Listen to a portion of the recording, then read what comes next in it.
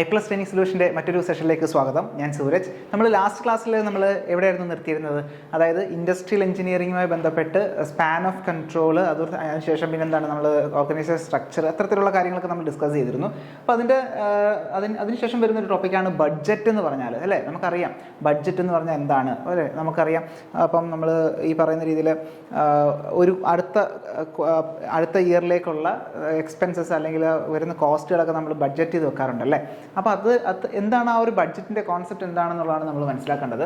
So A budget is A financial plan that take into account estimated revenue and expenses over a certain period of time in future. അതായത് ഭാവിയിലേക്കുള്ള നമുക്ക് expenses എത്ര വരും എന്നുള്ളത് നമ്മൾ ഇപ്പോഴേ നമ്മൾ നീക്കി വെക്കാറുണ്ട്, അല്ലേ? സോ അതിനെയാണ് നമ്മൾ ബഡ്ജറ്റിംഗ് എന്ന് പറയുന്നത്.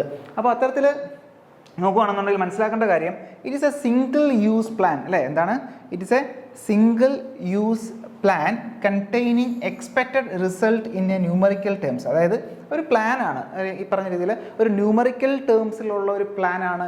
എന്തിനു വേണ്ടിയിട്ടാണ്? ഈ പറയുന്ന പ്രോഗ്രാംസ് ഒക്കെ നമുക്ക് കണ്ടക്ട് ചെയ്യേണ്ടതായിട്ടുണ്ടാവും, അല്ലെങ്കിൽ ഓരോ പ്രപ്പോസൽസ് ഉണ്ടാവും. സോ അതിന് വേണ്ടിയിട്ട് ഇപ്പോഴേ നമ്മൾ പ്ലാൻ ചെയ്യാറുണ്ടല്ലേ, അതായത് എത്ര എമൗണ്ട് വേണ്ടി വരും. സോ അതാണെങ്കിൽ ആ ഒരു പർട്ടിക്കുലർ ന്യൂമറിക്കൽ ടേംസിലായിരിക്കും നമ്മൾ ഈ പറയുന്ന ബഡ്ജറ്റിങ് നമ്മൾ വകയിരുത്താറ്, അല്ലേ? Okay, fine. So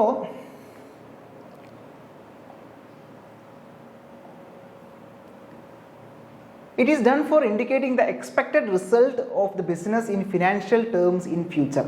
ഇത് മറ്റൊരു ഡെഫിനിഷൻ പറയുകയാണെന്നുണ്ടെങ്കിൽ എന്താ? It is done for indicating. എന്ത് ഇൻഡിക്കേറ്റ് ചെയ്യാൻ വേണ്ടിയിട്ടാണ്? ദ എക്സ്പെക്റ്റഡ് റിസൾട്ട്സ്, അല്ലേ? ഒരു കമ്പനിയുടെ ഒരു എക്സ്പെക്റ്റഡ് ആയിട്ടുള്ള റിസൾട്ട്സ്, അല്ലെങ്കിൽ അടുത്ത ഒരു ബിസിനസ് ഫിനാൻഷ്യൽ ഇയേഴ്സിൽ, അല്ലേ? അപ്പോൾ ആ ഒരു വരുന്ന ബിസിനസ് ഇയേഴ്സിൽ ആ ഒരു എക്സ്പെക്റ്റഡ് റിസൾട്ട്, അല്ലെങ്കിൽ ഫ്യൂച്ചറിലുള്ള റിസൾട്ട്സ് എന്ത് ചെയ്യാൻ വേണ്ടിയിട്ടാണ്? ഇൻഡിക്കേറ്റ് ചെയ്യാൻ വേണ്ടിയിട്ട് നമ്മൾ ഈ പറയുന്ന ബഡ്ജറ്റ് യൂസ് ചെയ്യാറുണ്ട്. Okay, fine.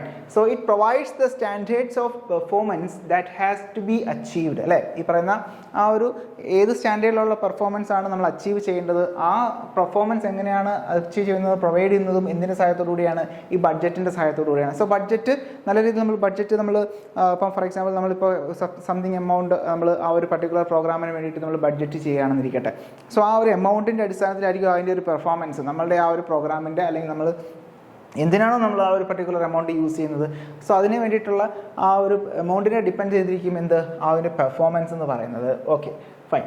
Then purpose of budget എന്താണ്? ഈ പറയുന്ന രീതിയിൽ ആ ബഡ്ജറ്റിൻ്റെ പർപ്പസ് എന്താണെന്ന് നോക്കിക്കഴിഞ്ഞാൽ ഇറ്റ്സ് എ ഫിനാൻഷ്യൽ സ്റ്റേറ്റ്മെൻറ്റ്. ഇതൊക്കെ നമുക്ക് അറിയാവുന്ന കാര്യങ്ങളാണ്, ജസ്റ്റ് മനസ്സിലാക്കി പോവുക. അതൊരു ഫിനാൻഷ്യൽ സ്റ്റേറ്റ്മെൻറ്റ് ആണ് എന്നുള്ളത് അറിയാം. അതോടൊപ്പം തന്നെ എന്താണ്? It's A tool for decision making, അല്ലേ? നമുക്കറിയാം ആ ഒരു ഡിസിഷൻ മേക്കിങ്ങിന് വേണ്ടിയിട്ട് യൂസ് ചെയ്യുന്ന ഒരു ടൂളാണെന്ത് ഈ പറയുന്ന ബഡ്ജറ്റ് എന്ന് പറയുന്നത്, അല്ലേ? അപ്പോൾ നമുക്കറിയാം അടുത്ത കൊല്ലത്തേക്കുള്ള നമ്മളുടെ സെയിൽസ് ഇത്രയാണ്. അപ്പോൾ ആ സെയിൽസിന് വേണ്ടിയിട്ട് നമുക്ക് റോ മെറ്റീരിയൽസ് നമുക്ക് വാങ്ങേണ്ടതായിട്ടുണ്ടാവും, അല്ലേ? ഫോർ എക്സാമ്പിൾ അടുത്ത കൊല്ലം 5000 പ്രോഡക്റ്റ് നമ്മൾ വിൽക്കുന്നു എന്നിരിക്കട്ടെ. ആ ഒരു ഡിമാൻഡ് വെച്ചിട്ട് 5000 പ്രോഡക്റ്റാണ്. സോ 5000 പ്രോഡക്റ്റിന് വേണ്ടിയിട്ട് നമ്മൾ എന്ത് ചെയ്യണം? അത്രയും എമൗണ്ട് ഓഫ് റോ മെറ്റീരിയൽസ് നമുക്ക് പർച്ചേസ് ചെയ്യേണ്ടതായിട്ടുണ്ട്. സോ അതിന് വേണ്ടിയിട്ട് അത്രയും എമൗണ്ട് നമ്മൾ കാൽക്കുലേറ്റ് ചെയ്തിട്ട് വേണം നമ്മൾ എന്ത് ചെയ്യുക? നെക്സ്റ്റ് ഇയറിലേക്കുള്ളത് നമ്മൾ വകയിരുത്താൻ വേണ്ടിയിട്ട്, അല്ലേ? സോ അത്തരത്തിൽ ആ ഒരു ബഡ്ജറ്റിംഗ് എന്ത് വേണ്ടിയിട്ടാണ്?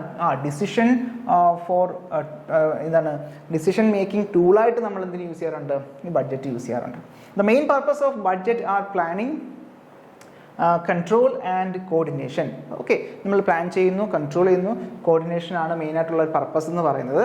Then it is a control tool used in financial management. അപ്പോൾ ഇതൊരു ടൂളാണ് എന്നുള്ളത് മനസ്സിലാക്കിയിരിക്കുക, അല്ലേ? ഈ പറയുന്ന ബഡ്ജറ്റ് എന്ന് പറയുന്നത് എന്താണ്? ഒരു ടൂളാണ്. എന്തിനു വേണ്ടിയിട്ടാണ്? ഈ പ്ലാൻ ചെയ്യുന്നതിന് വേണ്ടിയിട്ട്, അല്ലെങ്കിൽ അത് കോർഡിനേറ്റ് ചെയ്യുന്നതിന് വേണ്ടിയിട്ട്, അല്ലെന്നുണ്ടെങ്കിൽ അത് കൺട്രോൾ ചെയ്യുന്നതിന് വേണ്ടിയിട്ടൊക്കെ യൂസ് ചെയ്യുന്ന ഒരു ടൂളാണ് ബഡ്ജറ്റ് എന്ന് പറയുന്നത്. So it's A control tool used in financial management. അപ്പം ഈ ഫിനാൻഷ്യൽ മാനേജ്മെൻറ്റിൽ യൂസ് ചെയ്യുന്ന ഒരു കൺട്രോൾ ടൂളാണ് ബഡ്ജറ്റ് എന്ന് പറയുന്നത്. ഓക്കെ, സംശയമില്ല.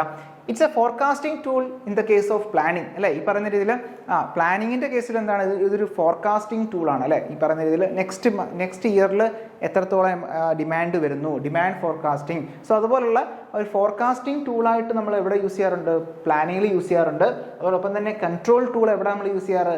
ഫിനാൻഷ്യൽ മാനേജ്മെൻറ്റ്, അല്ലേ? ഫിനാൻഷ്യൽ മാനേജ്മെൻറ്റ് നമുക്ക് എന്ത് ചെയ്യണം? കൺട്രോൾ ചെയ്യുന്നിട്ട് വരിക. അപ്പോൾ ഈ പറഞ്ഞ എക്സ്പെൻസസ് എത്ര ആയിരിക്കണം, അല്ലെങ്കിൽ റവന്യൂസ് എത്ര ആയിരിക്കണം, അതിൻ്റെ അനുസരിച്ചായിരിക്കും എക്സ്പെൻസ് എത്ര വരിക. സോ അത്തരത്തിലുള്ള കാര്യങ്ങൾ നമുക്ക് കൺട്രോൾ ചെയ്യേണ്ടതായിട്ടുണ്ട്. So it helps to avoid the unnecessary spendings. ഈ പറഞ്ഞ ഇതിൽ അനാവശ്യമായിട്ടുള്ള ചിലവുകൾ നമുക്ക് എന്താണ് കൺട്രോൾ ചെയ്യാൻ പറ്റും with the help of budgeting. Okay, clear ആണല്ലോ? അപ്പോൾ ഇത്രയും കാര്യങ്ങളാണ് മെയിനായിട്ട് നമ്മൾ ബഡ്ജറ്റിങ്ങുമായി ബന്ധപ്പെട്ട അതിൻ്റെ പർപ്പസ് നമ്മൾ മനസ്സിലാക്കേണ്ടതായിട്ടുള്ളത്. ദെൻ വരുന്ന അടുത്ത നെക്സ്റ്റ് നമുക്ക് അറിഞ്ഞിരിക്കുന്നത് ടൈപ്സ് ഓഫ് ബഡ്ജറ്റ് ഏതൊക്കെയാണ്, ഏതൊക്കെ തരത്തിലുള്ള ബഡ്ജറ്റ് ഉണ്ടെന്നുള്ളത്. അപ്പോൾ ഇത്രയും ഈ ബഡ്ജറ്റുമായി ബന്ധപ്പെട്ട് എന്താണ് ബഡ്ജറ്റ് എന്നുള്ള ഒരു ചെറിയ ഡെഫിനിഷൻ നമ്മൾ മനസ്സിലാക്കിയിരിക്കുക, അതിൻ്റെ ഒരു കോൺസെപ്റ്റ് മനസ്സിലാക്കിയിരിക്കാം. ദെൻ അതോടൊപ്പം തന്നെ ടൈപ്സ് ഓഫ് ബഡ്ജറ്റിലേക്ക് വരികയാണെന്നുണ്ടെങ്കിൽ ഫസ്റ്റ് ഓഫ് ഓൾ നമ്മൾ അറിഞ്ഞിരിക്കേണ്ടതാണ് ഓപ്പറേറ്റിംഗ് എക്സ്പെൻഡിച്ചർ ബഡ്ജറ്റ് അല്ലേ.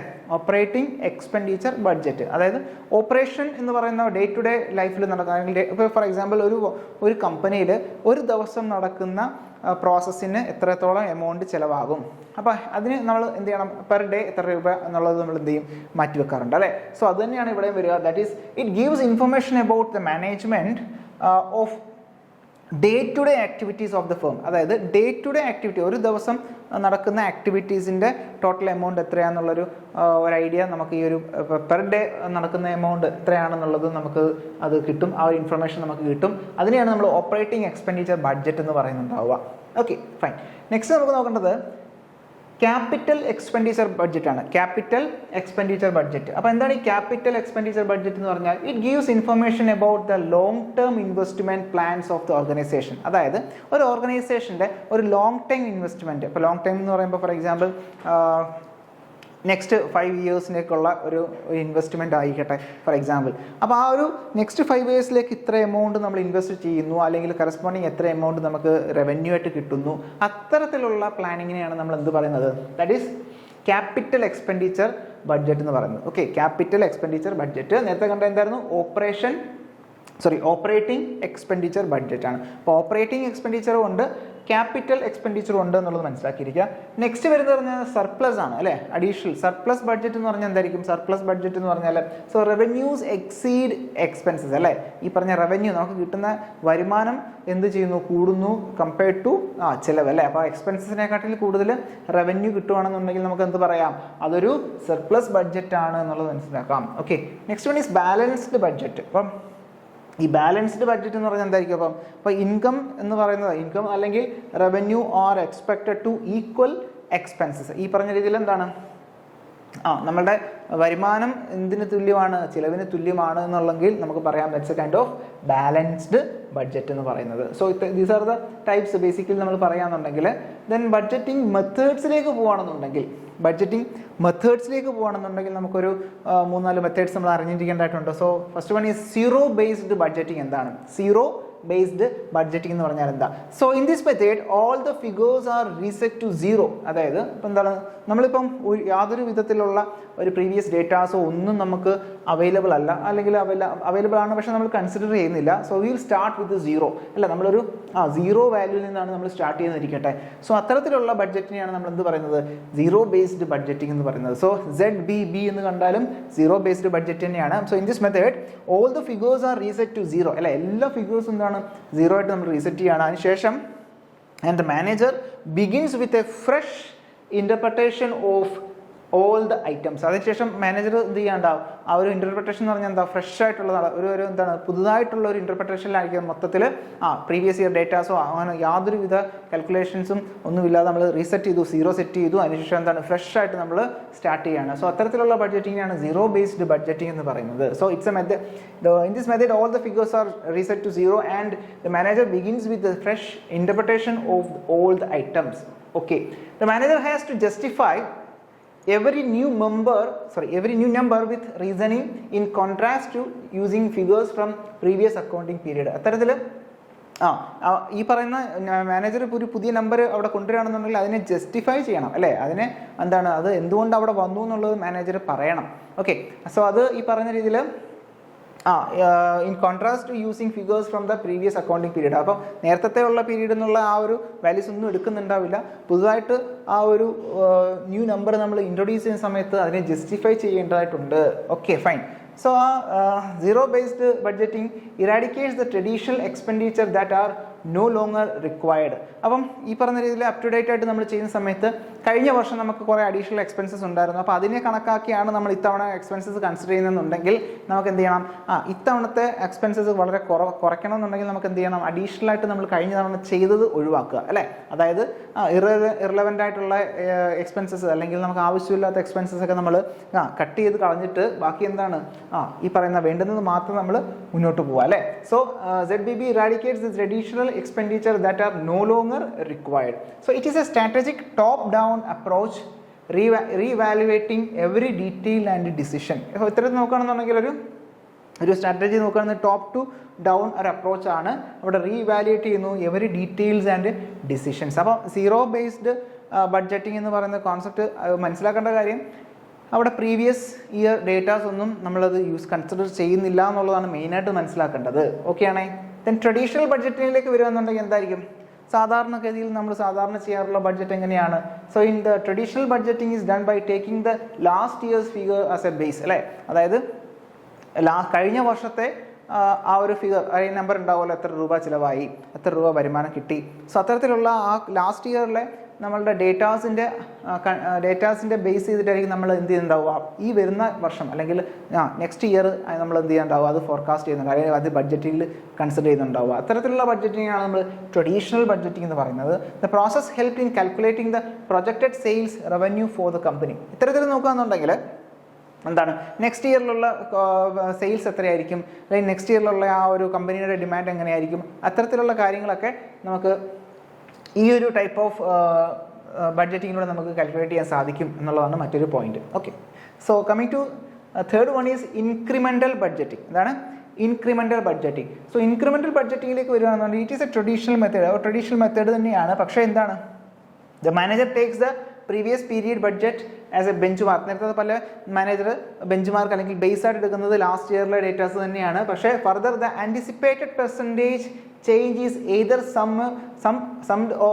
summed up or deducted to formulate the current budget. So അതിനുശേഷം അത് കഴിഞ്ഞ വർഷത്തെ കൺസിഡർ ചെയ്തുകൊണ്ട് അപ്പാടെ നമ്മൾ ഇപ്പോഴത്തെ ഒരു അല്ലെങ്കിൽ നെക്സ്റ്റ് ഇയറിലേക്കുള്ള ബഡ്ജറ്റ് ക്രിയേറ്റ് ചെയ്യുകയല്ല ചെയ്യുക.